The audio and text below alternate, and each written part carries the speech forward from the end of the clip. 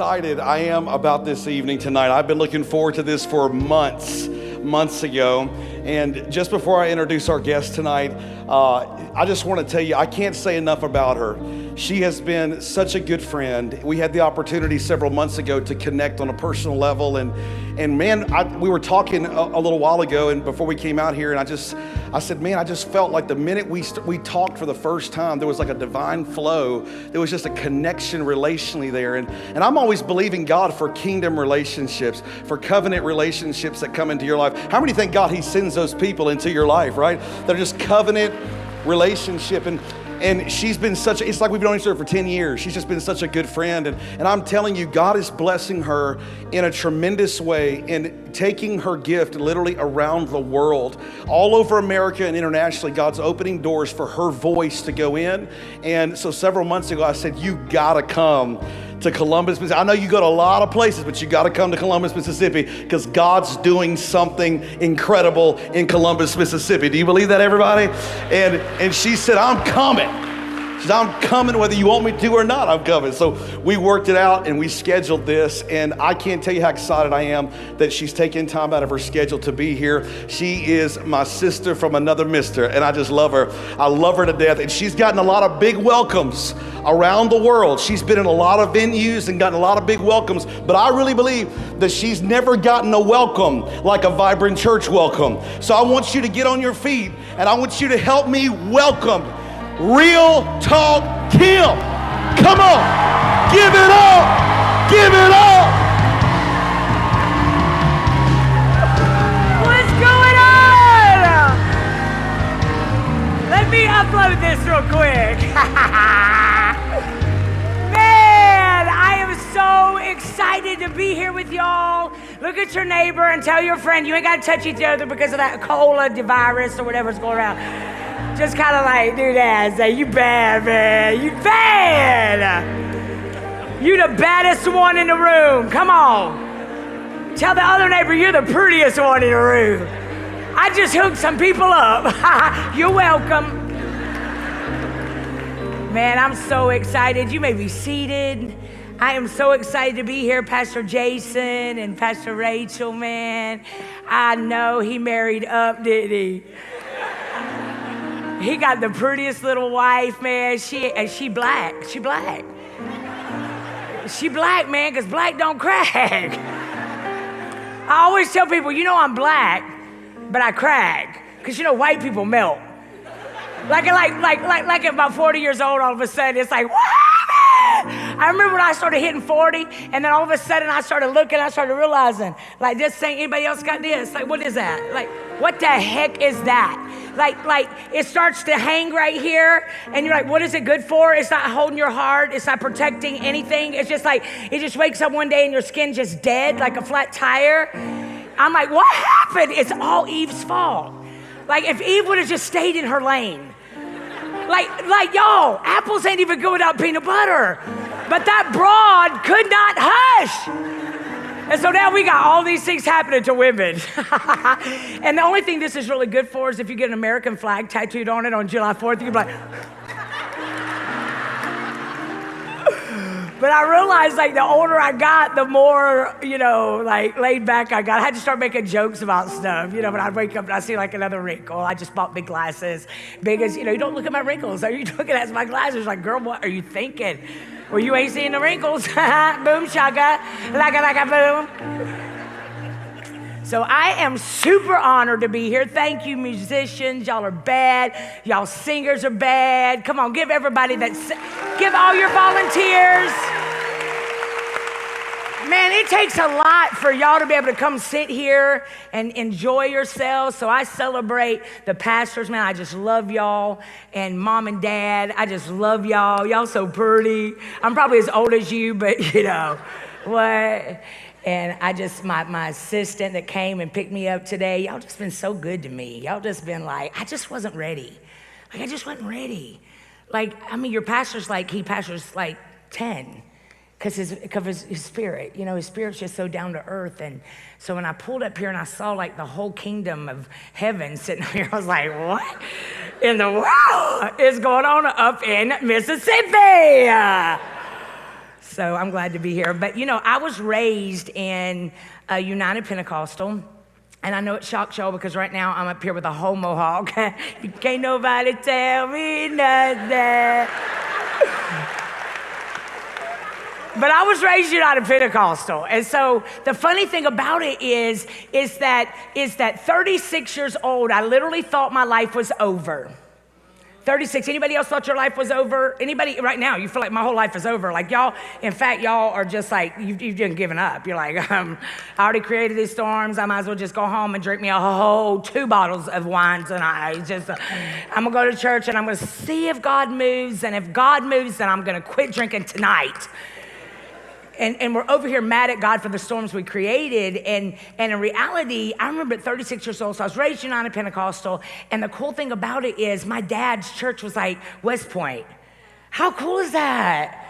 Y'all like, so? But it means something to me because West Point, Mississippi, my dad was we were United Pentecostal. And that meant that girls, it was all Eve again. Women couldn't wear pants. We couldn't cut our hair. Men look like they stepped out of GQ. I have a problem. That men can look like they stepped out of GQ, and us women look like whole hobbits. Like we would wrap our hair around the oatmeal box. My mom would like, you should get in the car like this because there was so much hair because we couldn't cut our hair because I don't still know why. I'm still looking for it. Like why I had to go all through high school wearing kids and blue jean skirts. I'm still waiting for an answer. Like I was the odd kid that had to pretend I was funny so that I'd win the wittiest award so I didn't have to eat lunch by myself. And so I remember at West Point, Mississippi, we were United Pentecostal. Women couldn't even wear short sleeves because these elbows will make all the men fall. They so sexy and stuff. Like, what? And like we couldn't show our elbows and all we were really good for was like my daddy would do this and my mom would get up and go get water and I'd be like, get your own water! So I think what the devil was doing was he was trying to set me up at a very, very, very, very young age of being very rebellious. Because in this religion, it said that if you get divorced, you're going to hell on a slip and slide. Well, I told a dude for 17 years, I got married as quick as I could to get out of that stupid religion. And I get married as quick as I can. And everybody told me I shouldn't do it. Pastor Rod Parsons, and my mom and dad even sent me away to Bible school and was like, girl, we got to get you saved. They were getting me saved all my life. Like I remember West Point, Mississippi, I'd sit under that pew and I would hold the people's shoes down. And when they started shouting, they couldn't move. I'd be like going outside and the elder's daughter would be like, so I'd be like, girl, if I'm gonna get a spanking for you today, you gonna feel it. I go outside and I'd be spinning her and I'd let her fly. So I know that what was happening was the enemy was trying to set me up because what ends up happening is the more mess ups you make in life, the more you get what? Stuck. You start thinking, man, I done so much bad that ain't no way I walk in a church. If I walk in a church, everybody gonna die. Like if I walk up into a church, the whole lightning bulb's gonna hit whoever's around me. Because I was nay-naying last night. You know what I'm saying? Tonight I'm choosing to pray, but last night I was nay-naying. And so if I walk up into church, then what's gonna happen? Let me just talk to some people in this room tonight and let you know that God uses people with the worst past to create the best futures. You know what I'm saying? Like, listen, Linda. Thieves don't rob empty vaults. Oh, that's what's been happening. See, because the enemy does not fight us because we're weak. He fights us because we're strong. He fights us because he knew that you were going to walk up into Vibrant Church. I freaking love that name, Vibrant Church. You know what I'm saying? It's just got this name about it where it's just prophetic, where you walk in and you feel like you ain't so vibrant. You know what I'm saying? You ain't got to walk up in here in Spanx. Like Vibrant Church just makes you feel like you can just walk up in like, let it clap, let it clap. You ain't wearing your Spanx up in here. Spanx for all you men that are puzzled, that ain't married. Because if you married, you know what Spanx are. Because you walked in on your wife a few times where she looked like she was literally like, couldn't breathe. And when you walked into a room, she was really a size 14, but when you walked in there, she was size 6. You're like, holy mother of Jesus, what in the world? And she goes, you're like, baby, you are fine. Hello? Is it me you're looking for? She like, open the door. It's because she can't breathe. But you ain't got to do that up here. You got to do that in Vibrant Church. You got to do that because Team Delgado, you could just tell. They like, come as you are, and we going to get you fixed, baby. Like, you don't wait and come to Jesus when you get it all together. You got to come get into the power of God so he can help you get it together, because we're all flawed. We're all flawed, and the enemy knows, because he is such a hashtag punk, that he knows that you are the one in your family that can take a licking and keep on ticking. You're the one in your family that everybody called a black sheep, and you like, oh no, I walked up into Vibrant Church on first Wednesday. Y'all were sleeping on me. I hope you got your rest, because I'm back. Because all we need is an awakening. It's like when we finally get a clue. We finally sit there one day. You've been waiting for God to be a genie in a bottle. You've been stalking your ex on Instagram and Facebook, because he walked out on you. Now you done got your whole body snatched. You're like, what? Well, he done moved on. And you're over here breaking your heart every single day of your life, because the enemy knows that there is still a connection in that situation. So what does the enemy do? The enemy cannot take you out, so he's trying to wear you out. So he gets on social media and allows your heart to be tied to people that should not be in your life in the first place, because nobody that walked out of your life is a part of your destiny. So you scrolling on Instagram, you getting all your word on Instagram, and you getting all you like liking, girl, like. Whatever mood you in, that's whose page you following, because she dropping it like it hot, get them, girl. And people saying what you want to say so you can share all their stuff, and it don't look like you said it, but you meant it, and it's subliminal messages. And you start scrolling on social media, and the enemy is such a punk, and he knows he can't take you out, so he's trying to wear your tail out. So he makes sure that broad that's the same age as you shows up in your news feed every single day, and you want her life. You start looking at her life. You lay in your bed at 3 o'clock in the morning, and you done scrolling through everything, because he left you for her, so she must be bad mamma jamma. And you scrolling, you back 45 weeks looking at all her pictures, and you accidentally hit that hard. You're like, because now you are all hashtag stalker status, and now you're stuck like Chuck, because the enemy has got you thinking she done wrote 3 books, she's the same age as you were in special ed, you still don't know where commas go. And now you mad because she written 3 books, you never got your hooked on phonics, but you know there's a book inside of you. She can write 3 books, but I can't even write 1. She got a boy and a girl and a boy and a girl, and I can't even have but 5 girls trying to have a boy. And then because we document everything on Insta stories. She got her baby laying in that papoose. She's sitting there greening and juicing these greens, and you just sitting there staring at her and getting madder and madder.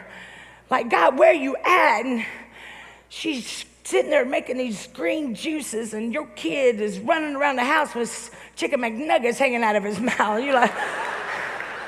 And she's sitting there looking with her long, gorgeous hair and same age as you, and you look a little worn because you done ran a few men off with your mouth too. You're like, girl, Listen, Linda, listen. You done told your husband in 17 years, I don't need no man. You woke up one day and didn't have one. You're like, what happened? He said, you don't need no man. Then you're gonna have the audacity to get mad at God for that. And God's over here saying, no, rejection was a release. You might have in your brokenness said some things, but anybody that walks out of your life in your broken state wasn't supposed to be a part of your destiny anyway.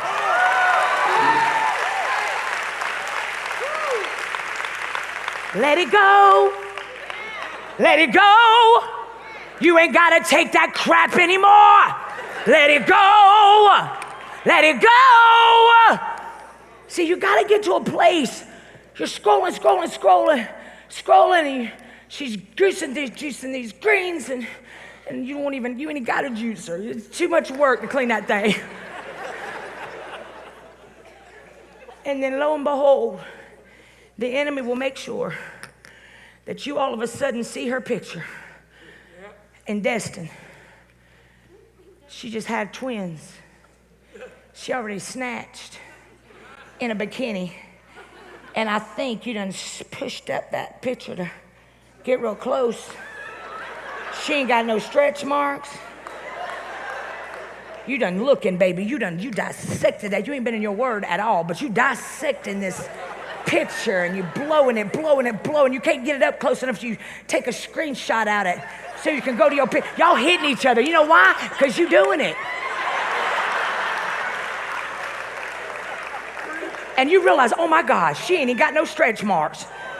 She already snatched, she already in a bikini, and she just had that baby 2 weeks ago, and I'm still trying to get my back boobs off from little Johnny that's 12.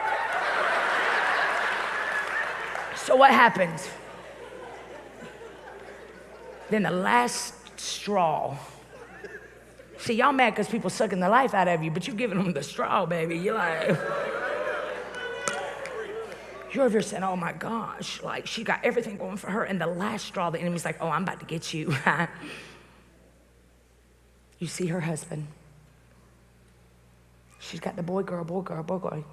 She snatched. And now she shows her husband. And her husband looks like he stepped out of GQ, and yours looks like he stepped out of DQ. You're done. You're done. You're done. You're done.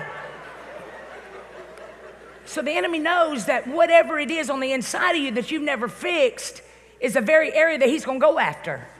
And whenever you finally start realizing it ain't nothing but a season and not a sentence, when you start realizing that it ain't no monument in my life, it is a moment.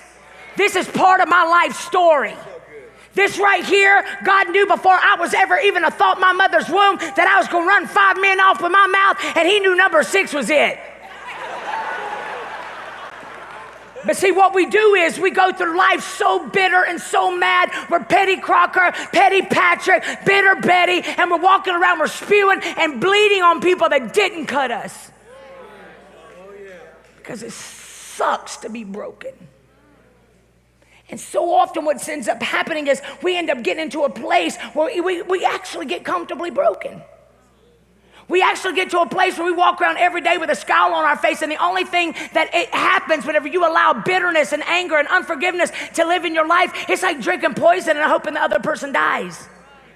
And basically what you're doing while you're scrolling and you're wishing you had it, and instead of just saying, baby, you can have him, the trash took itself out.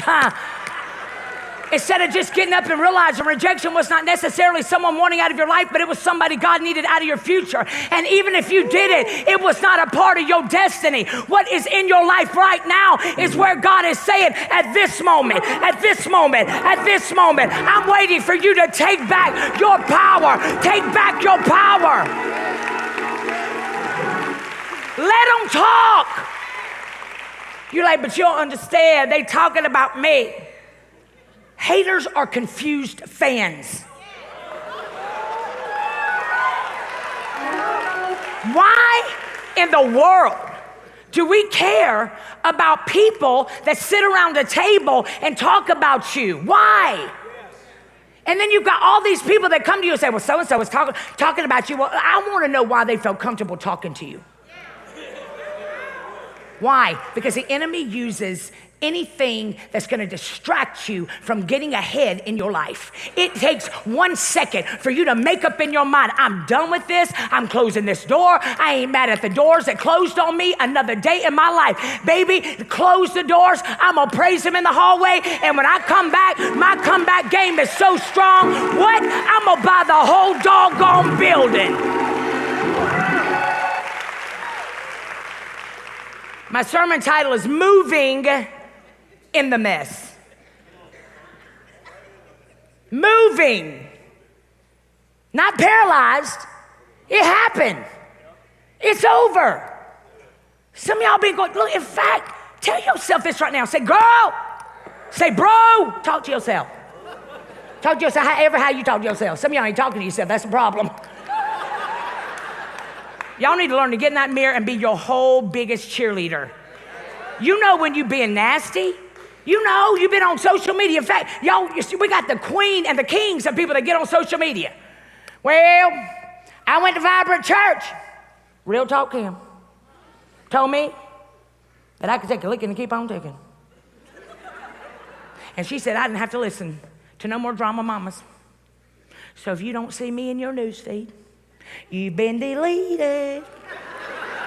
Because I'm sick of the drama. You are the drama. Because you don't have to say nothing when you ain't the drama. See, when you're whole, you're walking in your own lane.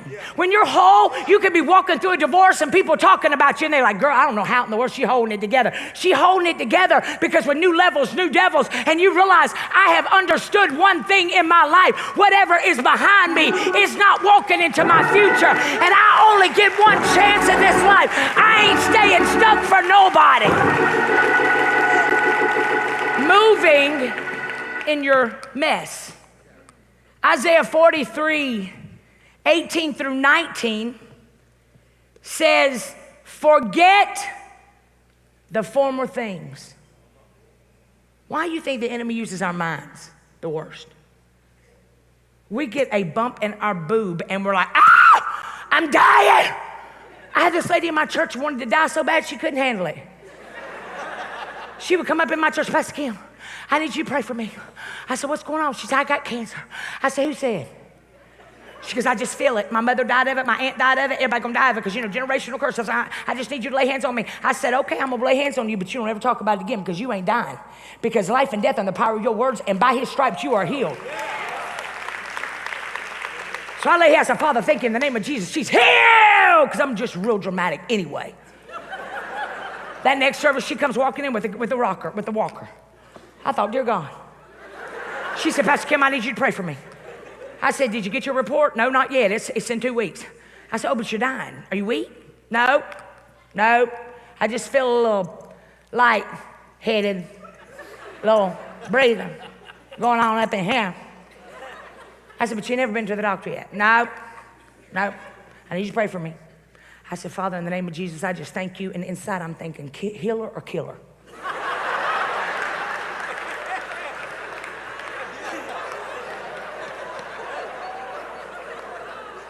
Like, why do you want to get, y'all, I remember, let me tell you why I'm real talking. Because I am the queen of walking this stuff out before I talk to you. Everything I ever preach on, I've done. I'll never forget, y'all, even up to 2 years ago. I am praying for people, laying hands on people, pastor, just shut up, and in my head, for some reason, I'm thinking, oh, the devil would love to take me out. Because I'm winning so many people to Jesus.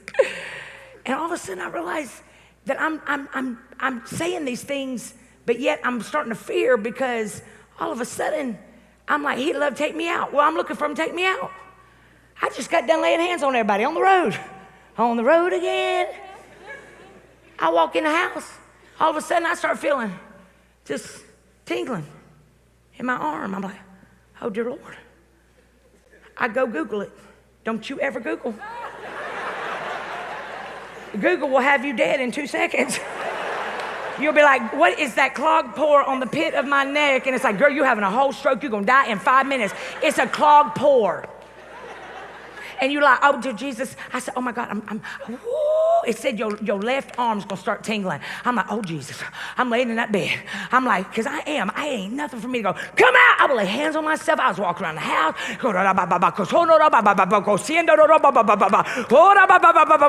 And it just kept getting worse and worse and worse and worse. I was like, oh dear Lord. I said, Mama, I said, you gotta take me to the hospital. She said, for what? I said, I'm dying. She said, how? I said, Google said in 5 minutes I'm gonna be dead because it is a stroke.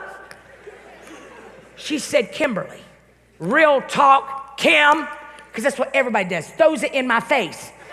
You better go lay hands on yourself and get your mind together. I said, if you don't take me to the hospital, I'm gonna take myself. She jumps in that car. She runs every light trying to get to that hospital because by now she's like, girl, there's something wrong with Kim because I don't fall apart. I just don't fall apart. I just am one of those that's like, it ain't gonna take me out. You can't steal my birthday. But this time I was dying and I knew I was dying. And I would get to the hospital and we pull into the hospital. I don't even let her park. I just literally jump out of the car rolling. As it's rolling, I go and proceed to fall over the front desk and social media will have people knowing who you are and stuff. And I didn't even care. I just fell over the front. And then she goes, ma'am, what's your name? I said, Dad. She goes, ma'am, what's your social security? Dad. I realized that bra was not moving. So I proceeded to fall over and just die. I heard God say, what are you doing? I said, Elizabeth, I'm coming home. I heard God say, girl, you ain't dying, but you're going to be about $10,000 broke because you couldn't get your mind under control. You ain't dying, and if you die, you ain't gonna know you died. I literally felt this miracle come in my body. I heard $10,000.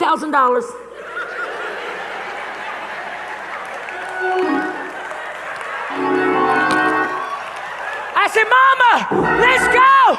There's been a miracle in Piedmont Van. Won't he do it? So I get it.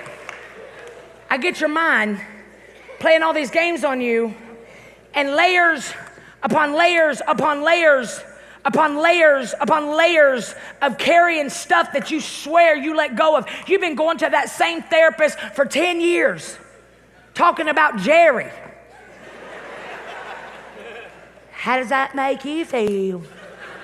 You're like, girl, I don't know, but I'm a single mama, and that was a whole 2-week salary. I'm gonna need you to tell me how it made me feel. And God's over here saying, I have given you the power to break off of you every worry, every fear, every sickness, every crazy talk you're talking to yourself. Every time your ex is telling you stuff, you already married again, and you still remember what he said about you. And now you wait till your husband gets into bed at night, and you all of a sudden, your poor husband ain't done nothing to you. It was the ex. But because you never healed, you wait till he goes to sleep, and then you slide out of your bed. You slide, and you slither on the floor over to his side of the bed, to the coffee table, and you start to grab his phone to see who he's talking to. You forget now we have smartphones, and the minute anything moves, that light comes on. Why don't you just heal? Why don't we just get to a place where we realize if this is every single day of my life for the last 50 years, the last 20 years, the last 12 years, I've never felt loved, I've never felt worthy, I've never heard God's voice, I can't sing on the platform, I have done this, I've done that, I can't do this, I can't do that, I'm not worthy enough, and God is over here saying, you are the very one that I want to use. Because there is nothing like going to hell to come out on fire. Y'all, look at Jonah. I could tell you a million stories. Look at Jonah. Jonah was told to go to Nineveh. Just like he's telling some of y'all, pray for your enemies. You're like, I'd rather die. Pray for your ex-husband. I'd rather die. You're laying in bed every night. Kill him! And you're even praying specifics. Kill him with a train! Because you know if a train hits him, Pastor Delgado can't even lay hands on him and bring him back. He'll splat. And you're over here, just like Jonah. Go to Nineveh. He's all, no, man, I want all of them to burn in the lake of fire. I ain't going to Nineveh. Boom, shaka, like a boom. And he went wherever he wanted to go. But see, God will always get your number. You can run, but you can't hide. And every single person that's sitting in this seat, in this auditorium tonight, it was a divine appointment that you walk in here so I could say, wake up, it's time. Like, it's time for you to get your butt in gear. It is time for you to let go. It is time for you to block their number. It is time for you to erase some voice messages. It is time for you to stop crying over the same thing. Get up, because nothing that is behind you is greater than what's in front of you. And Ephesians 3:20 say he's going to do exceedingly abundantly more than you could ever ask or think. He said in Jeremiah 29:11, for I know the plans that I have for you, saith the Lord, plans to bless you and not harm you, give you a future and a hope. What are you waiting on? What are you waiting on? Forget the former things. In fact, do not dwell on the past. See, I am doing an old thing. If I were you, I'd be like, girl, bye. He said, new thing. He didn't say old thing. He didn't say consequential thing. He didn't say karma thing. He didn't say if you do this or you do that or you do everything right. No, he says this very moment, I'm going to do a new thing in your life with everything that you have left. And whatever you have left, I'm going to make a multitude of it. Whatever you have left, everybody has a story, but yours is about to be a bestseller. I just need you to get up. Forgetting the former things, do not dwell on the past. See, I am doing a new thing. Now it springs up. Do you not perceive it? So basically what that's telling me, and I was in special ed, what that's telling me is that it's saying you got to see it for it to spring forth. That means you got to have faith before it's ever even happening in your life. That means life and death and the power of your words. That's how come you're negative Nelly, because you're prophesying into your own life. Every single day you telling little Jerry, you just like your daddy, and he knows you hate his daddy. And you wonder why he's trifling. You ain't hugged on him in forever because he looks just like your husband. And you've never forgiven your ex-husband. He didn't ask to be your kid. But yet we walk through life not even enjoying the fruit of what God's doing in our life because we can't let go of some situations that let go of us. Everybody wants to be a diamond, but nobody wants to get cut. It's that divorce that you walk through that's got some oil dripping off of you now. It's that bankruptcy that you walk through that's going to be a whole testimony when you come back and buy a whole house. But instead, we'd rather walk around and blame everything on the devil, and the devil's going to give some of y'all character deformation. He going to get all y'all, a bunch of y'all for character deformation because he didn't do it, you did it. You walk around all the way to church. Well, you know, the devil's after my car. I must be about to get a breakthrough because, you know, the devil's after my car.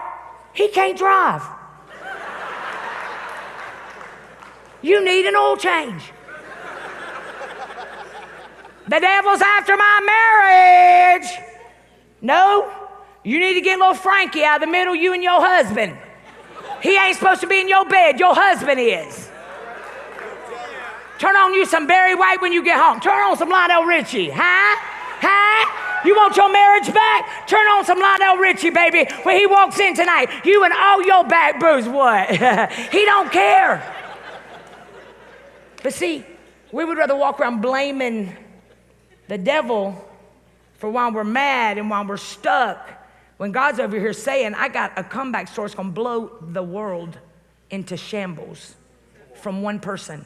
You're like, okay, I'm not me. I mean, I'm in Columbus, Mississippi. Ain't nobody even know about me. I'm the whole black sheep of the family. Every single thing that my family told me that I was gonna be, I am. You gotta look at my own life. My own life, when they sent me away to Bible school, right when I got there, I saw the little piano boy. And I was like, whoa! I was doing the bubble letters. Kim, blah, blah, blah. I ain't gonna say his last name. Y'all be going looking for him, and he don't look very good now. Y'all be like, girl, see? Sin will take you further than you want to go. Cost you more than you want to pay to blow you up as big as this church. I'm just saying. He said, don't you marry that boy. I'm not going to bless you. He said, I will not bless this relationship. I was coming home from Israel. I was singing on the Sea of Galilee. I know the peace speaker. I know him by name. Oh. And living like the devil. I didn't even know the peace speaker. Like, I still, at that age, hadn't even heard God. Like, I went to all them camps. Remember, my dad and mom was always trying to get me right. And everybody be like, little Jerry said, I just heard Jesus. I'd be like, I ain't heard Jesus. He ain't talking to me. Where he at? Where he at? Because I thought because I was a black sheep of the family in special ed my whole life, literally special ed, my parents let me be in special ed my whole life. And I mean, I literally thought I was a VIP because I have a way of turning things around. They'd be like, all the special kids can go to class. I'd walk out of there like, VIP. I'm the only one that gets to leave. And then like 8th grade, all of a sudden I got a teacher that didn't like teachers. She go, all that special ed kids can go to class. I just sat there. She said, Kim, that would be you. I said, no ma'am, I'm waiting for VIP special. She said, you are special ed. Because the enemy knew one day I'd be standing up on this platform. See, here's the key. Here's the key. As bad as the devil wants you down and out and stuck on your mess, I'm stuck. I can't move. I feel like I'm stuck. You ain't stuck because you ain't no tree. You are only stuck because you stopped moving. You're stuck because you keep hanging around with people that's only connected to the outdated version of you. You're hanging around with these people and they're all telling you, girl, I told you. You're asking people how to swim that's drowning. You're asking people how to live their life and their life is going to hell in a handbasket. And so you're over here wondering how come you can't get ahead. What you need to do is you need to turn on that Bible app. How many single people we got up in here? Come on. How many? Y'all, I got the key, man. It'll help you stop settling for counterfeits. Turn on that YouVersion Bible app. And at night, get you 18 pillows wrapped around your body. And at night, let them start reading to you. It's you can put a man or a woman, and they read while you're sleeping. Blessed is the man who walketh not in the counsel of the ungodly, nor stands in the seat of the sinner, nor sits in the seat of the scornful. For his delight is in the law of the Lord. In his law, he don't talk back to you. He said, I ain't gonna marry you, and I ain't gonna bless that. In the middle of the night, I pack my little Fiat, and I get my stuff in the car, and I'm like, peace out. I go marry the boy. I sure did. I married him, and every single thing that accountability told me in my life was gonna happen, happened. Because what happens is we get to a place where we're too big for our britches, and the enemy starts making us get a fence on us. Then we start getting this offense. And then all of a sudden, our fence panties are wrapped so tight around our neck, we think everybody's talking about us, and ain't nobody talking about you, boo. Like everybody's going through their own stuff. But now because you're over here thinking, I ain't never measured up, I've never fit in the bottle, I've never fit in the little thing my dad thought I was gonna be. You know, my dad told me that I needed to be in the military and I wanted to be a mobile detail, and now I'm walking in my purpose, and every time I walk in, I just see the disgust in his eyes. So I go to college and I get 5 degrees, and I can't even get a job now because I'm overqualified. All I wanted to hear was my dad say, good job. Tell yourself good job. Why must we go through life broken, angry, and missing out on the one life we have? You got a whole fish on the back of your car. To remind yourself you're a Christian, because you don't even like you, because of what somebody in your past told you were that wasn't supposed to be in your life in the first place. Because they knew how powerful you were anyway. They knew that you were all that in a bag of chips. That's why they lived their whole life trying to put you down. Because they knew if you ever saw your shine for real, baby, they knew you ain't gonna need me, because they knew they weren't all that. But see, we will allow those people to be our voices in our ears louder than God is in our ears. Forget those things. Put it behind you. Do you not see I'm trying to do a new thing in your life? No, you wouldn't see it because we don't know how to get out of our comfort zones because we're so afraid of rejection. We won't write that book because we're afraid nobody will buy it. Then you're going to leave here and you're going to feel like you're going, because I will brainwash you. I will have you believing that you can literally be the president tomorrow. And you're going to go home tonight and you're going to have a whole revelation and you're going to get on your status. You won't even get on Facebook Live. You're going to be like, hey, come on into the room. I'm going to give some people time to get on. Yes, yes, yes. Is this thing working? I don't see anybody coming in. Maybe it's my Wi-Fi.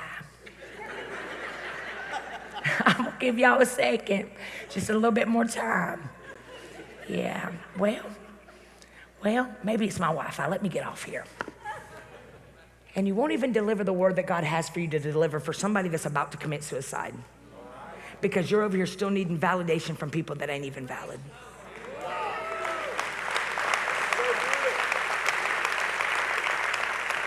It says, do you not see it? I'm doing a new thing in your life. I'm making a way in the wilderness and streams in the wasteland. I'm melting those mountains like wax in my presence. That's how come you can't walk up in here and sit. Real talk, Kim? My mother dragged me here. I am mad because I was molested, and I ain't letting this go. I am mad at that ex, and you make me give it to you. Well, I'm not going to make you do nothing. Keep it. Because when I go home tonight, I'm about to sleep like a whole baby. My job and commission and assignment in Vibrant Church is to tell you, you got to move in your mess. My assignment tonight was to walk up in here and look at some vibrant, amazing people that was designed to walk in this building tonight and tell you, some of you have been stuck for far too long. You have talked about it for the last time. You have been angry about it for the last time. You have sat on the couch eating ho-hos, scratching your behind for the last time. Why? Because he's making streams in the desert. God can move through your mess. Circumstances may be messy in your life right now. You might have walked in here tonight and been like, man, if you only knew what I'm walking through right now. But see, that's the problem. We all do know. Because you're over here taking it to the phone instead of the throne. You're over here asking people that can't even help you how to fix something. When you got the power, when you accepted Jesus into your heart, Pops, when you accepted Jesus into your heart, he says, now that you have accepted me into your heart, now I'm living right here. I'm living right here. See, the devil messed up by letting you walk up into Vibrant Church a few years ago because now something's happening. It's taken you a little bit longer, and now you got a limp. Baby, listen, I don't hang around with nobody that ain't got a limp. If you ain't got a limp, we ain't hanging out because you a whole liar.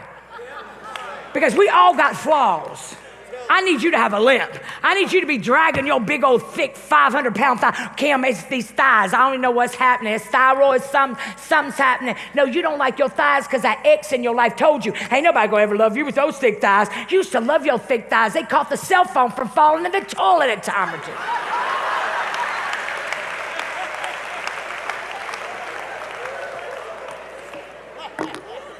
I was dropping my phone but not wanting to break it.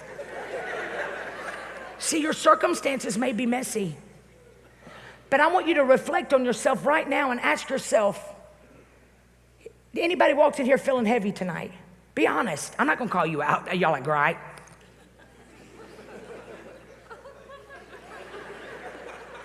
How many walked in here feeling heavy? Who's going through something tonight that you feel like it's about to take your doggone life? You're feeling so behind. Kim. I'm behind in my life. You know why you're behind? Because you had these expectations of how your life was supposed to look. And because you had a few blunders, now you think it's over.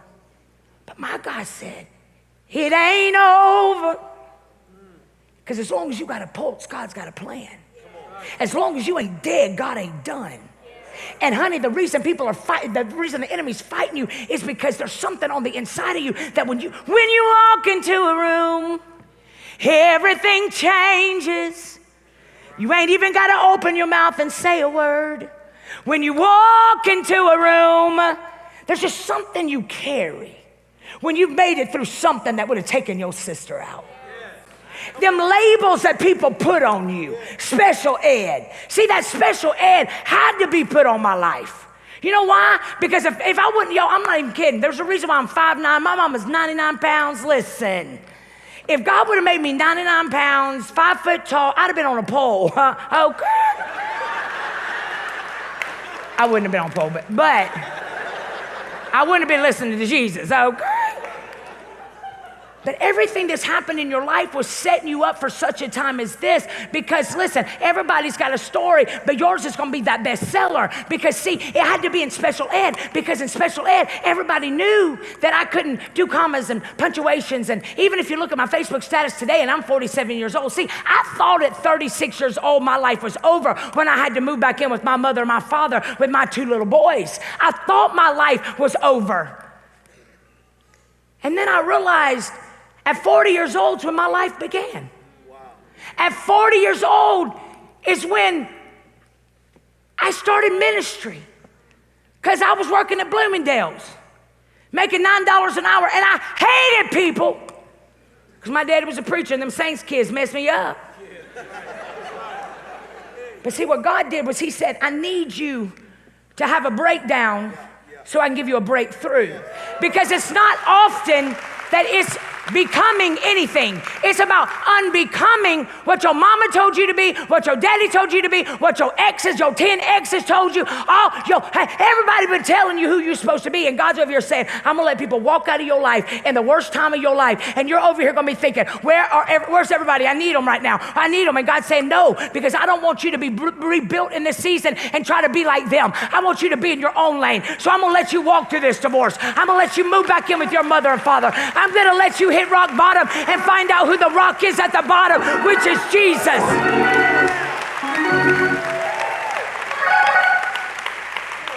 I had to go get a job at Bloomingdale's, and I was in United Pentecostal, and I wasn't allowed to wear makeup. And the reason, honestly, that I have these glasses on tonight is because my eyebrows are not on fleek. I was in makeup for 5 years, and I don't know how I did it because I don't know how to do makeup. But here's what I did do. I remember that first time I had to walk out there, I had to go get a job. Isn't that terrible when you lose your marriage, 17-year marriage, you got to move back in with your mom and dad in a 10 by 10 bedroom, you lost your $500,000 house, you lost your Mercedes, and God put your butt in a whole knockoff Bentley, 300 Chrysler. That thing looked like a Bentley on the outside, but it was toe up on the inside, had me sit on the side of the road every day. See, what he was doing was he was saying, 40 years old, I'm going to bring you from 36 from the pit to the palace. All those people that used to be riding in the car with you when you had all that money, where they at? Where they at? They right where they're supposed to be, back there. So in order for you to get into position where I need you to be, in order for me to open the windows of heaven over your life, I'm going to let you have everything you thought you wanted to show you it ain't what you need. And then I'm going to get you into position 25 years after Pastor Rod Parsley tells you it ain't going to work, and it didn't work. 17 years, finally, I moved back in with my mom and daddy and realized it's over. And then I was like, oh my God, I'm going to hell on a slip and slide, because that religion said you get divorced, going to. I was like, I'm straight in hell right now. I am in hell. And God said, but this is what I'm about to do, because when everybody walks out of your life, you got to start hitting that rock bottom, which is me. You're gonna, for the first time in your life, hear me. The funniest thing happened in that season, I started realizing, oh my God, I was waiting for God to be like, Kimberly! I mean, because if he goes, he put the stars on the moon, and he made billions of people, some with big butts, some with no butts, all of us got different fingerprints. If he can do that, shouldn't he be talking to me in an earth-moving way when he knows I don't hear him well? But that ain't how he moves. He waits until you lose everything. He waits until you get in the wilderness, when ain't nobody there telling you what to do, when you can't afford the therapist no more, when you finally can't even afford your prescription to Ambien anymore. or Xanax because you've hit rock bottom. People are talking about you on social media, and God tells you, you be quiet and live so nobody believes it, and I'm going to vindicate you. You have no idea how he can vindicate you because he's planted your behind in Fayetteville, Georgia, or in where we at? Columbus, Mississippi. Y'all out in the woods too. Y'all airport's as small as mine. And then he plants you in that place, and you start realizing my daddy's church. I mean, he puts me in this church, and I'm 36, 37. I keep telling him, God, I need a man because, white people melting, and if you don't hurry up, it's going to be like on my honeymoon night. It's like already getting sags. It's going to be like, hello, is it me? Or, everything's going to be dropping. I need it now. And I remember God telling me, he said, Kimberly, I'm waiting on you to get into alignment. I'm waiting on you to let go of what happened back here so I can bless you here.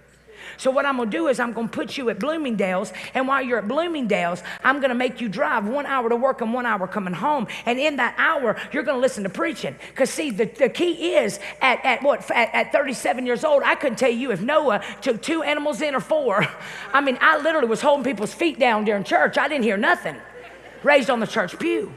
Because the enemy was trying to counterfeit me over here so that I never felt worthy enough to stand up here. Because he said, if you don't get it here and you keep making all these mistakes, you're going to put yourself off the couture rack, put yourself on the clearance rack, and then you ain't going to be no good for God at all. Because if you ever figure it out, you ain't going to ever prostitute your anointing for nobody. Because when I was down to nothing, God was up to something. Driving to work, every day I put on T.D. Jakes. He said, turn off Lemonade, turn off Beyonce, turn off Travis Trent, and put on some preaching. I said, oh, dear Lord. All the way to work. Because me and him became BFFs. He's like thug, too. I'd be laying in my bed. Every birthday, I'd remind him, I still ain't married. And all the men in my daddy's church are white, old, and bald. And I don't like white, old, or bald. No offense, Pastor, but I'm just saying. I was like, I don't like white, old, or bald. And you've got me sitting in the middle of Fayetteville, Georgia. What you gonna do? He said, you need to get your mouth under control. I said, no, ma'am. No, Jesus, that was not for me. That was for Jerry. That was for the neighbor. She got a big old mouth, God. Loud mouth, chunky butt over there. He said, oh, no, I'm talking to you. He said, where I'm about to take you, your heart's got to be completely healed. He said, you lay in bed every night praying for people to die in a train. He said, I can't use you as long as you're walking around with this unforgiveness. I can't touch you. And I'm laying in that bed at night, and I remember thinking, I don't even know how. How do I forgive? I go to church every freaking service, and I don't even know how to forgive. How do you forgive? And I remember laying in that bed that night, and for the first time in my life at 38 years old, I started praying specifics. I said, God, I want to forgive. I don't want to be mad at my dad and mom. I don't want to be mad at my exes. I don't want to be mad at my best friend that told on me when I was growing up, or the deacon that spanked me, or that coworker that keeps getting my jobs. I don't want to be going down the road and people jump in front of me and I'm like, ah! I don't want to be this way. And I started praying specifics laying in that bed. No bishop laid hands on me. No prophet laid hands on me. I didn't even call Cleo. It was me and God. And I laid in that bed and I said, God, I want to hear you tonight. My kids, if the house would catch on fire, they would let me burn up because I'm so mean. If I died, nobody would even come to my funeral because I've erected these walls in my life because I'm scared of being hurt again. And now I'm sitting at my mom and daddy's and you're making me go get a job and I hate people and I got a job in makeup and I don't know how to do makeup because you just punking me. And he started talking to me in that season. He said, Kim, I'm waiting on you. Pain don't leave your life. You have to get up and walk away from it. You got to stop stalking them on Facebook. You can hide them and they'll never even know you blocked them. You can move on with your life with one press of a finger. Well, Kim, I don't know how to do it. Yes, you do. You're a whole grown up. If you don't like something, change it. And if you can't change it, get on your knees down here every single time these altars are open. And even if they ain't open, make everybody in this church uncomfortable because you decide I'm going after what God's got for me. And if you don't like it, oh well. You'll be the whole movement in this church because somebody's waiting on somebody else to, I surrender all, for real. I remember the first person I finally got a clue. I said, oh, I see God, I see you. 36, I thought my life was over. I remember walking out there, looking at Eleanor. I'll never forget Eleanor as long as I live. Because I was still hating people, and I walked out there to Eleanor. I was like, oh, dear Jesus. I was walking out to her, and I'd been eating ho-hos and scratching my behind. I was spilling out of my uniform, and I'm walking like this because it's polyester, and I can't even move. I mean, I was a whole mess. And I remember I look at Eleanor, and she's sitting in that chair, and I walk out there, and I'm like, oh, dear God, what am I going to do? What am I going to do? He said, figure it out. And I remember I get that brush, and I got my palette, and I pretend I'm putting the eye makeup on that brush, and I didn't even dip it in. And I would sit there, and I'd be putting that makeup on with nothing on the brush. And I'd say, Eleanor, you are so beautiful. You don't even need any makeup. When God was creating you, he was so bored in baby heaven because he gave you these cheekbones that just float. You don't even need anything but a little bit of bronzer. And your eyelashes look like feathers. And I would watch as I was talking to her. She was sitting there like this, and all of a sudden she started lifting a bit, and I started feeling something even breaking off of me. I mean, this was all in 45 minutes. And then all of a sudden I said, girl, all you need is a little bit of lip gloss, just a little. And I put that lip gloss on her, and all of a sudden she said, I'll take that lip gloss, Kimberly. She walked out of that store feeling like $1 million. And that next Friday, by the time Friday got here, that's my store, my counter had the most lip glosses sold in the whole city of Atlanta, Georgia, that even the executives for Estee Lauder came in and said, we don't even know what you're doing. I thought, if you only knew. And I remember Eleanor walked in that store that night, and she said, I said, Eleanor, you got to keep your lip gloss. I'm on a roll. She said, oh, no, Kim. I don't want to give you back my lip gloss. She said, I got a proposition for you. She said, every Friday, I'm going to come sit in your chair. And she said, my husband of 28 years walked out 10 years ago. And I've been going to a therapist every 2 weeks. And all she's done is made me fat. Because that Ambien makes me eat my spaghetti in the middle of sleep. I just wake up with spaghetti sauce everywhere. And she said, I don't know what you did. When I sat in your chair, she said, something happened. And she said, I went home and I opened my blinds. And she said, I went to the grocery store and I'm walking down the grocery store and everybody's like, Eleanor, is that you? And she said, in 45 minutes, you did something for me that my therapist couldn't do for me. And I remember at that very moment, I started realizing what I'd gone through wasn't even for me, it was for Eleanor. What I had gone through, what you are going through, it ain't even for you, it's for somebody else. See, God knew you could get through it. He knew that you were going to be the comeback kid. He knew that you were going to break the generational curses off of your family. He knew it. He knew it. He knew that you were going to walk into Vibrant Church on a Wednesday. Say, man, I feel like giving up. If real talk, Kim, don't say something to me, I'm going home and committing suicide. Well, this is your moment. Where God is saying, you ain't seen nothing yet. I got out of that, y'all, I'll never forget. It started happening like that for me. I'd sit in that car with TD Jakes, get ready, get ready, get ready, get ready. I go, pause, get ready, get ready, get ready, get ready. I'd be coughing. God be like, what you doing? I said, I'm learning to preach. He said, I told you to get the word in you, but not be TD Jakes. We already got a TD Jakes. I need you to be a real talk Kim.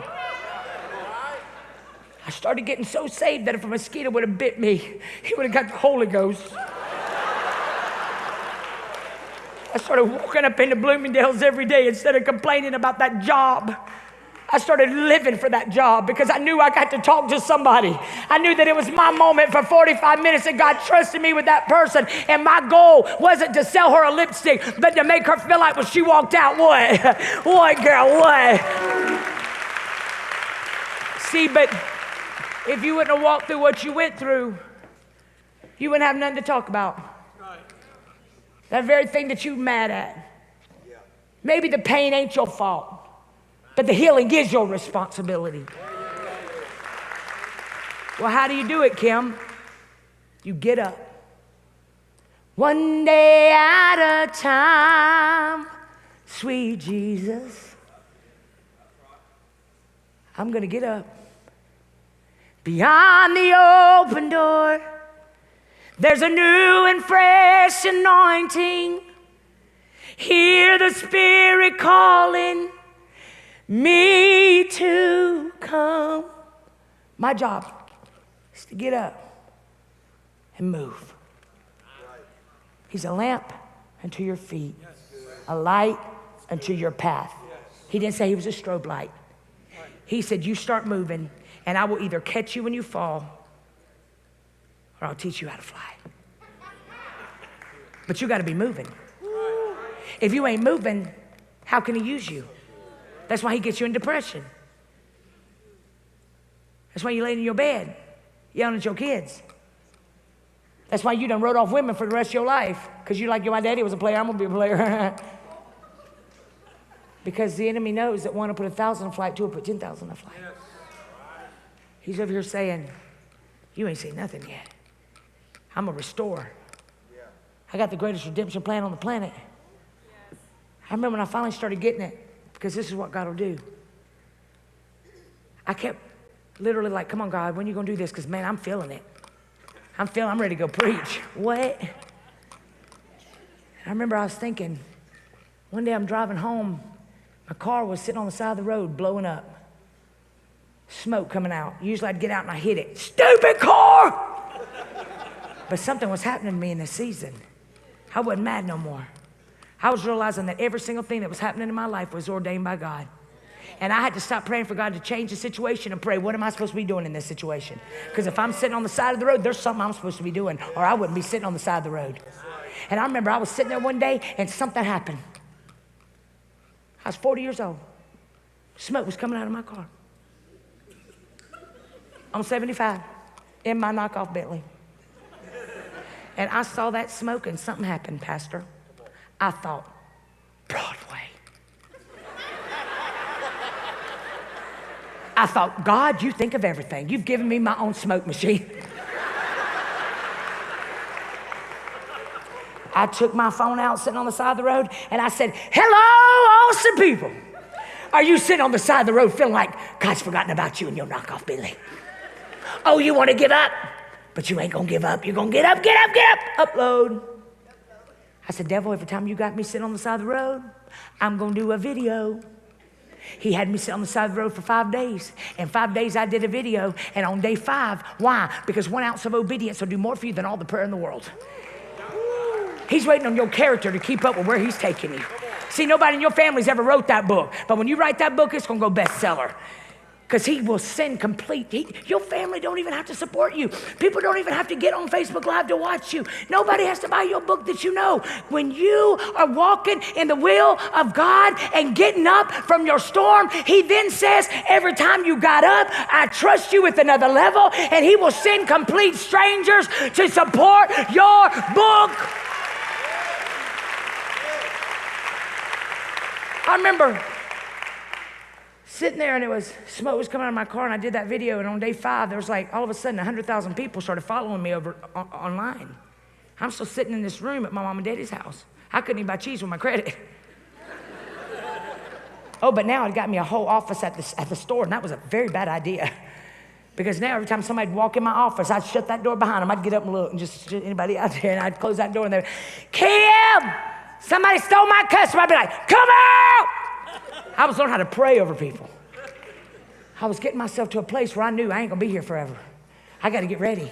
I'm listening to T.D. Jakes. I'm getting ready. I can't go to Bible school because I got kids. I'm getting ready. I'm getting ready. Wherever you're taking me, I'm going to be ready. I can guarantee you that. I'm not waiting until everything falls into place. I'm doing it right now with what you've got me. See, y'all throwing in all the circus peanuts at Walgreens, and you're like, take your peanuts, take your hairspray. I mean, everybody's like, Lord Jesus, she has had a horrible day. And that is an angel probably standing in front of you. That video went viral. And all of a sudden, people started calling me, can you come preach? I'm like, oh, dear God. Do you know I've been divorced? They're like, yeah, girl, we done Googled you. And God started talking to me in that season. That's what he's doing in your life. So good. He said, move in your mess. Just start moving. You may not know what you're doing. You might be like me and looking at your daddy's church saying, ain't nobody gonna ever love me. Can I tell you? That's why you can't wear your moo-moo to Walmart. Y'all walking through a Walmart in your house shoes. Pick your feet up. Your husband is on aisle 7 in the broccoli aisle, but he ain't gonna be looking at your tired tail. You got to be ready, in season, out of season. You got to be waking up every day. You feel better. You feel better when you start taking back your power. You feel better when you're walking into places. You ain't stalking people from your past anymore. You feel better when you're coming to Vibrant Church and you're serving because something happens. You find your purpose with the very pain, and the platform of your most pain is exactly where God's going to use you for his glory. Because you can't go to seminary and get no... You can't go to seminary and get what you're about to walk out with. There's something called passion. I get on live at 9, there'll be 100,000 people on with me every night. People are like, dear God, did she have crack for breakfast? How many Red Bull did you have? I'm like, I only drank Jesus Red Bull today. But there's passion. Because if God can do it for me, he can do it for you. I don't know what you walked in with tonight. I don't know how stuck you really think you are. But tonight is a night that you leave it here. You pray for spiritual amnesia. I remember when I was saying, God, help me forgive. I just said it every night over and over. God, I want to forgive, but I don't know how. Every time I think of my ex, I still see his face. I still see a train hitting him hard. But I kept on repetitively. You got to keep doing it. You can't quit just because you ain't getting your answer right away. The enemy's trying to wear you out. I kept saying, God, finally I started realizing something was happening. Because all of a sudden I wasn't praying for God to kill him with the train. I was just like, God, don't kill him, just hurt him. Baby steps. Now I've written 4 books in 5 years. I thought at 36 my life was over. My ministry started when I was 40. I wrote my first book at 42. I started my podcast at 46. And at 47, I realized my life's just beginning.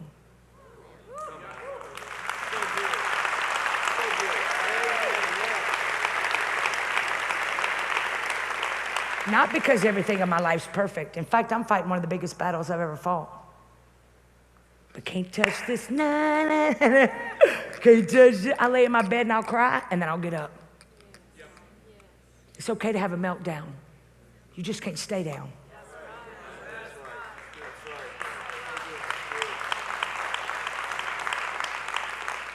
My little boy that I thought that I hurt the most through my divorce. I remember I didn't even know what my favorite color was. Couldn't tell you what my favorite food was. I remember telling God, God, this was at 40. Still didn't know. I said, God, I need to know you can play. I hear you back there, man. You bad to the bone. I remember I said, God, I don't even know what my favorite color is. I need to know at least 25 things about me because I can't even do the quiz on Facebook.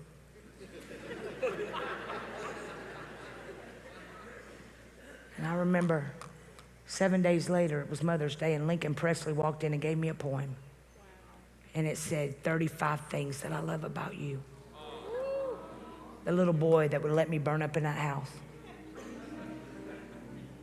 And he used to always tell me, Pastor, he'd be like, Rachel, he'd say, Mother, if you are the loudest one at this game, I will never, ever hit another goal. And every single time he hit a goal, I'd go, wow! And number one on that list was, Mom, I love you because you were the loudest one at my basketball game.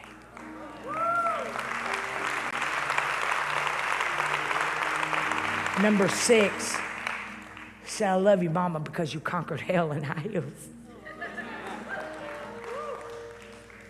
Devil had me believing for a long time that it was over. Just like he is some of you in this room. But it's just beginning. Move in your mess. That same little boy put up an Insta story the other day, and he was in Barnes & Noble. He said, how many of your mamas are staring at you when you walk in for highlighters at Barnes & Noble? What am I saying to you?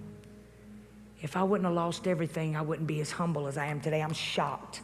I'm shocked that God lets me do this. I'll never disappoint him because I'm so thankful. This is my purpose.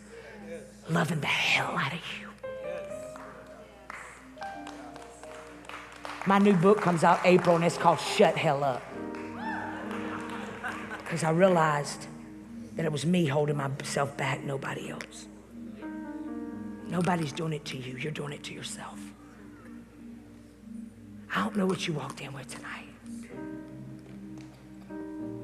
but somebody's waiting on you to get up. Somebody's waiting on you to wipe your tears.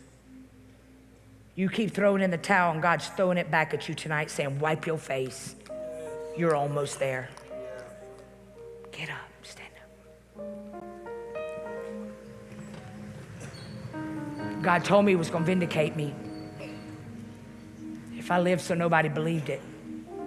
And I remember 25 years to the date, Pastor Rod Parsley calls my ministry, the man that told me that I was going to mess my whole life up, and I did. He said, can Kim come back and preach at my Dominion Camp meeting?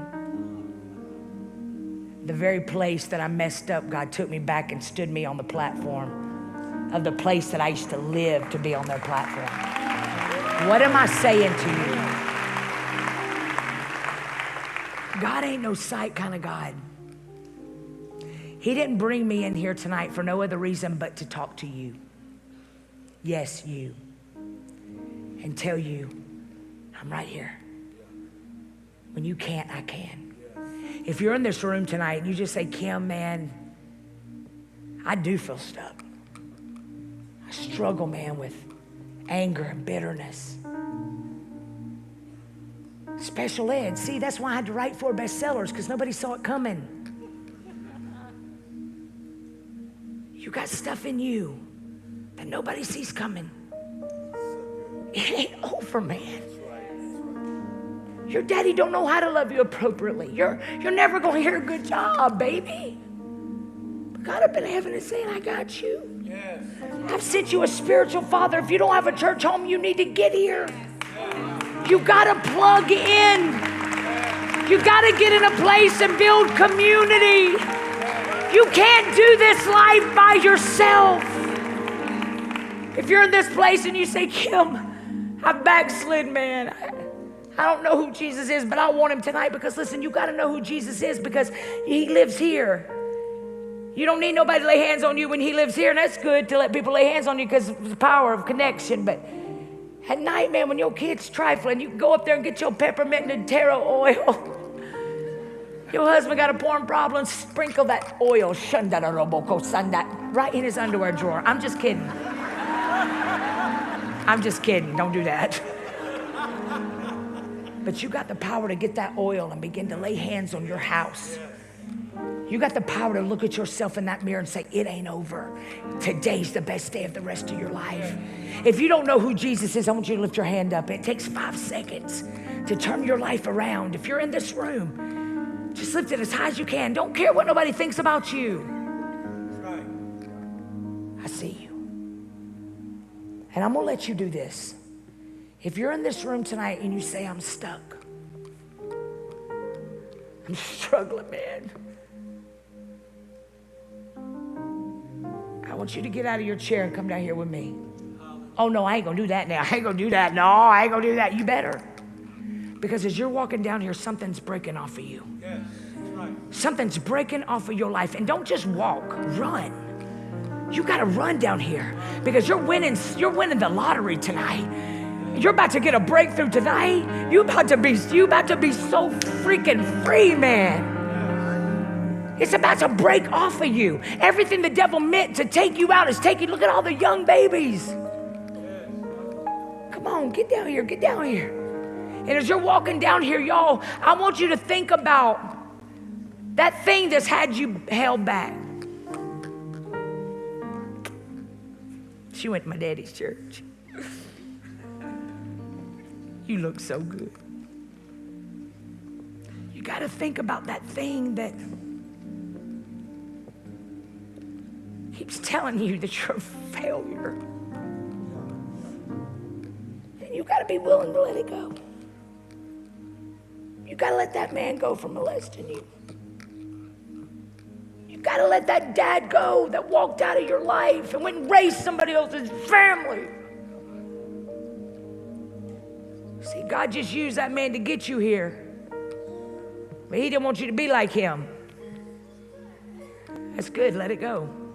See, that makes us uncomfortable, but y'all yelled all the way at your spouse coming to church.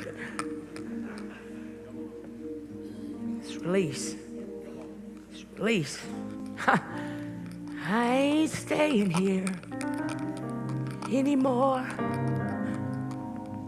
God, I need you. It's making up in your mind, baby. And I'm doing whatever I gotta do. And it starts with letting it go. Letting your mama go because your mama couldn't look at you and say, good job. Because she was broken. See, hurt people. But heal people. You gotta get healed so you can be a carrier of healing. The enemy just used them to trap you. But they should have taken you out before you walked in this place, because your comeback game is on fleek. As I begin to pray over you,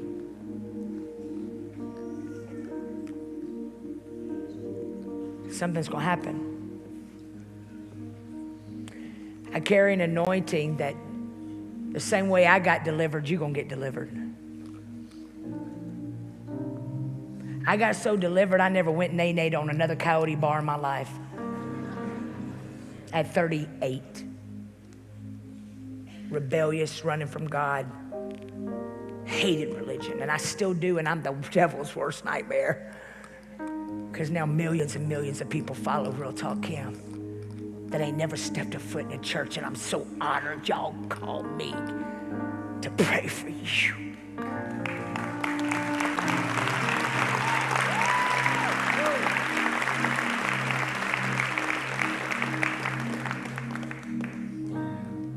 But here's what you're gonna do. When I begin to pray over you, there's gonna be a release that takes place in your life. God's gonna give you some spiritual amnesia. You're gonna still remember it, but it ain't gonna hurt. You gotta remember it so you can talk about it. You gotta stop being ashamed of your past. You gotta stop being ashamed of sleeping with everybody and not being married to them. I don't care whatever it is you're ashamed of. Tonight it starts over. Tonight is all that matters. And you might mess up again tomorrow. Get back up again. And the more you fall, the more you get back up again. The more you fall, it's almost like one of those bouncy things with the weights in the bottom. They hit you, you come back. Then finally, before you know it, you're gonna headbutt everything that's standing in your way. Boom. So I want y'all to lift your hands up as high as you can. My sons that should be statistic, They should be strung out on drugs. Their daddy's still not in their life because sin will take you further than you want to go, man. He couldn't forgive. And when you can't forgive, you start drinking and you start doing drugs. And the only reason you do those things is because you won't deal with what's going on the inside of you, because the enemy makes you think it's too heavy to heal. It's a lie from the pit of hell. You're right here, and right here where you're standing is where you're leaving it. Period. That abortion, you're leaving it here. That affair, you're leaving it here. That porn addiction, you're leaving it here. That nicotine, you're leaving it here. You're leaving it here. That anger, you're leaving it here. Because you're worth it. You're worth peace. You're worth joy. You're worth sleep. You're worth having your money not being funny. You're worth it. And that all starts with healing. So lift your hands up and say, Father. No, we ain't doing that now. That ain't convincing nobody. Show ain't scared of the devil. Y'all like, Father. Father. No. You got to be a boss, man. You got to, in fact, just shake yourself like Rocky Balboa. Come on. Come on, just kind of get yourself in. Oh, no, Kim, I can't do that. Get yourself out of your comfort zone. We know you grown. Come on. Get yourself ready. Because I'm leaving everything here. I got to shake some things off of me tonight. I got to be like Lazarus. And when Lazarus came back from the dead, Lazarus! Come forth. See, Lazarus was already dead and God still brought him back. Can't he bring you back? Huh? Jonah went the wrong way too. And you know what God did for Jonah? He sent a big whale and he told the whale, go get Jonah. He gonna need transportation back to where I told him to get. That's how cool he is. So lift your hands up as high as you can. Reach for gold, reach for gold, reach for gold.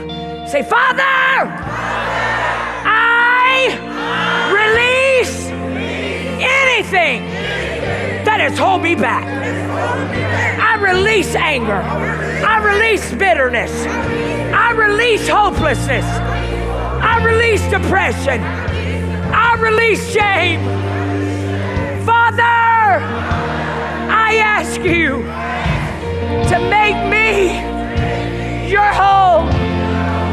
And I say yes to you. I say yes to you. I say yes to you. I say yes to you. I'm your favorite. In Jesus' name. Now breathe. Breathe. Let it go. Let it go. Don't try to figure it out. Don't overthink. Just start walking in it. See, some of y'all getting real deliverance. Some about letting it go. You just feel, and some of you are going to be laying in your bed tonight, and it's going to be like, wah! You're going to be like, oh my God, I can't wait. That dream on the inside of you is coming back to life. That purpose is awakening on the inside of you. It's awakening. It's awakening. It's awakening. It's awakening. It's awakening. It's awakening. It's awakening. So on the count of 3, here's what we're going to do. On the count of 3, I want you to scare your neighbor's eyebrows. Scare that man's toupee off his head. I want you to praise God for what he just did in your life. I want everybody in Mississippi to know something happened in Vibrant. There's a revival that is taking place in this place. 1, 2,